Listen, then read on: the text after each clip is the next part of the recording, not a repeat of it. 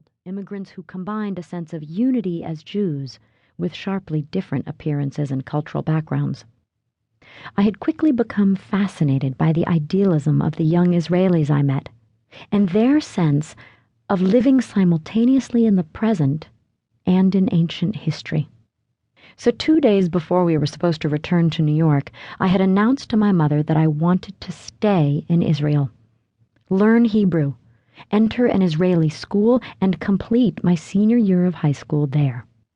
She had agreed, and friends had found a teacher of intensive Hebrew for me and a household in Jerusalem where I could stay, with a daughter my age and 2 younger children.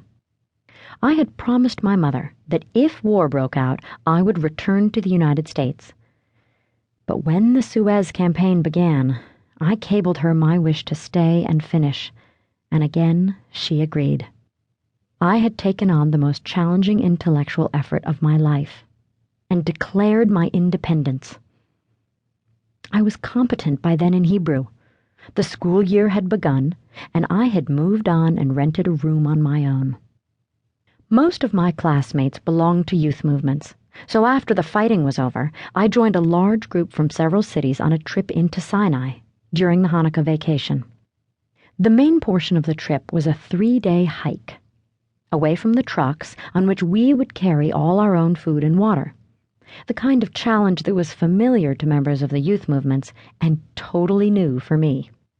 But it also had the flavor of a pilgrimage, a visit to the desert described in the biblical book of Exodus, where the Jewish people wandered for 40 years and were fed manna from the skies.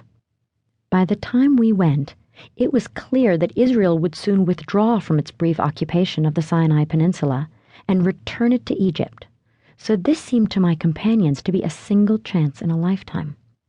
We had celebrated Hanukkah by lighting kerosene-soaked rags in tin cans instead of candles, sitting in a wide circle and singing the traditional songs.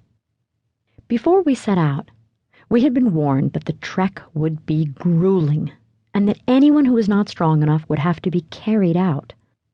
We confronted a first lap, up a long, narrow path, just steep enough to require an occasional handhold, and full of bits of loose stone.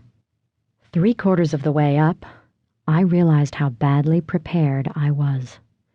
And it seemed irresponsible to go on and become a burden on the others, so I stepped out of the line, knowing that the trucks would still be at the bottom of the hill to pick me up when I returned. But no, I was not allowed to stay behind.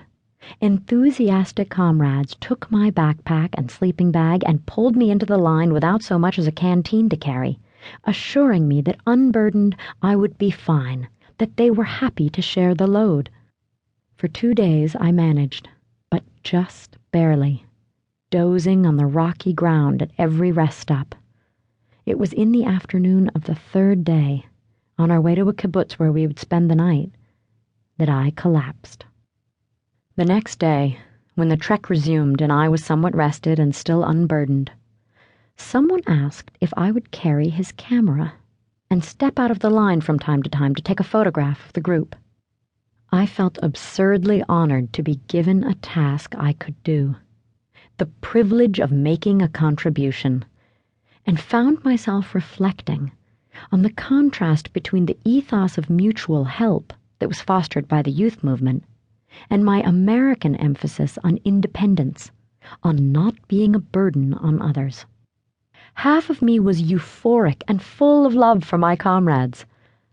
Half of me was ashamed and resentful that they had exposed my weakness, angry at my need for help.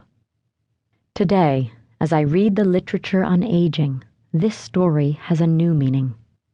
Just as the theme of independence training is pervasive in American child-rearing advice, the literature on aging is full of discussions of independent living, the desire not to be dependent, the belief that one should take responsibility for oneself in order not to be a burden on others, stand on one's own 2 feet. All of this came into focus as I walked in procession with my new Polish acquaintances, ready to help me stand, and I was glad of their help. It seems to me that independence is simply an illusion.